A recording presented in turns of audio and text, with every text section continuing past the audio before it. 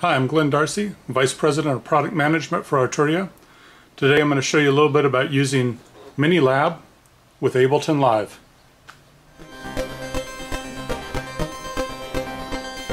Okay, so today what I'm going to show you is I'm going to show you how to use the MiniLab within Ableton Live.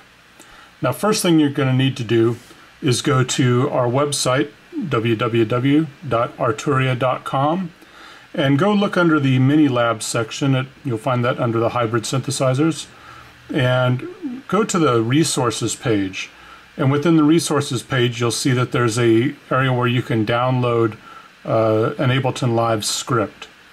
And you can open up the PDF, and that will show you basically the same information that you're going to get here within this video.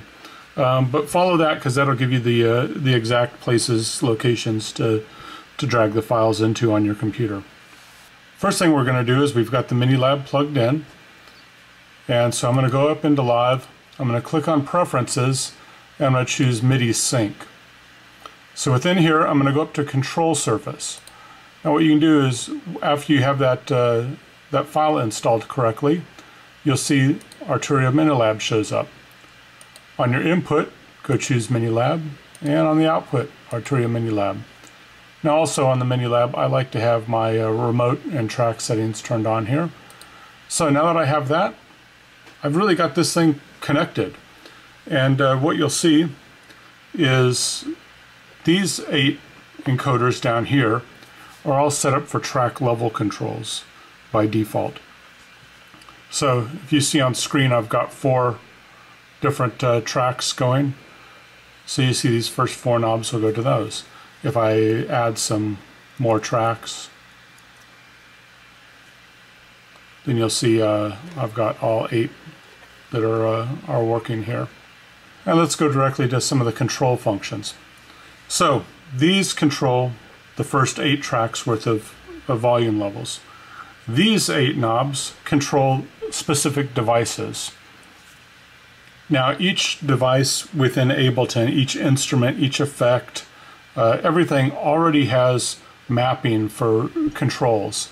And you'll see up here, we'll go select a thing I threw into Drum Rack. It's just one of their stock kits called the Kit Core 808. And what you'll see is that the pads auto map to the first 8 pads within a kit. Now when I move up to the next section of kit, you'll see that those go to the next 8 pads, up into the next group, and so on and so forth. So that will automatically remap those notes. Now what you have beyond that is, if I click on it here, you'll see this purple hand shows up. The purple hand means that that device that you have currently selected is under the control of the pre-mapped controllers. So if we open up this a little bit, let's choose an 808 kick here. If you look, I've got that selected within this, and now these 8 knobs automatically map to the 8 controls that are pre-assigned to that in here. Same thing if I go to rim shot, now it's adjusting the rim shot controls. If I go to snare, it adjusts the snare controls. So on and so forth. It automatically will map to all these things. Similarly, if I open up one of their other instruments, like here I've got the operator. If I do the old handy choose thing here, you'll see that these 8 knobs now are controlling the ADSR of the first envelope, or actually, yeah, the first one here. And you see these 4 are changing parameters within the 4 controls here: velocity, level, fine tune, and coarse tune. Now one thing that you can do on the second set of pad banks is that we've set these up for all the transport controls, and these 2 are for device selections. So by pushing these, you'll see that there's a green text that shows up at the bottom, and that green text shows you what's being selected. So in the case of operator, as I do this, you'll see it going from oscillator D, oscillator C, oscillator B, oscillator A. So that's what these knobs are controlling. So if I go to B and I turn these knobs, now you'll see that the coarse, fine, and ADSR of B is being edited. So here, let's go to an envelope where we can actually see it.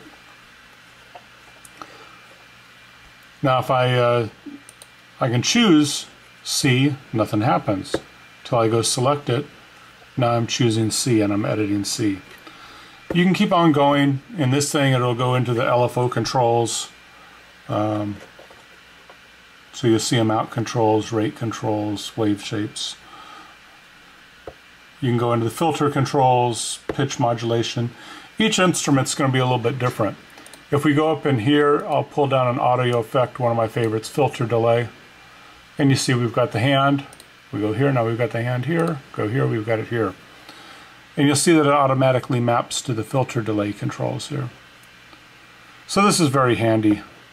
If I just move into the next bank, you'll see it goes to the left-right filter. Now it goes to the right filter. So it's all very handy.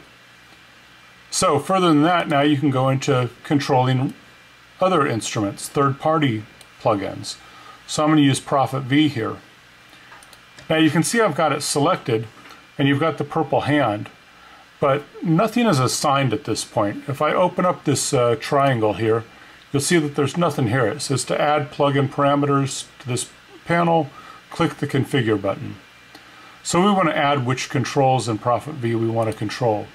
So we click configure, and now I just simply go through and click the different controls I want. So I'm going to click those 8, and then maybe I'll click my mixer things, maybe throw glide in there, do some ADSR controls, polymod, LFO. Let's just click on a whole bunch of things here. So you can see I've got a lot of devices that are now assigned. All I have to do is deselect configure, and now these are all assigned, automatically assigned to all the knobs. You can see these are the ADSR of the filter. Now if I shift the banks, you'll see down here on the screen it just says bank 2 because it really doesn't have a name for anything. So bank 2 in this case we assign the mixer controls. I did the other ADSR over here. If I shift again you can see bank 3. I'll go into the polymod controls. So you can see that all of this thing is now configured. And once again, all I have to do is go to the other tracks, click on the device, and this one's now configured. So it's a really handy thing to have. Be able to have all your devices pretty much auto map here when you use them. Once again, within the third-party devices, you have to map the controls yourself, but it's really very simple. You just hit configure, choose the things you want, and then it's done. Okay, so now I was showing you the pad banks. Of course, pad bank 1 through 8, those pads are just regular MIDI notes. In the second bank, I've shown you the device controls. Now the rest of these over here are all for transport functions. So this is loop on, loop off. This one, or these three, play, stop, and record. So that's your play, stop, record, stop. Here's your fast forward, and here's your rewind. And then once again, these two are your device controls for the 8 knobs. So once again, MiniLab works great with Ableton. Download the Ableton scripts from our website. Remember, it's www.arturia.com, and go to the Hybrid Instruments MiniLab. Look under the resources page. You'll see that script there. There's a PDF that says the same things that this video said and shows you the directory paths for installing them. That's it. Enjoy.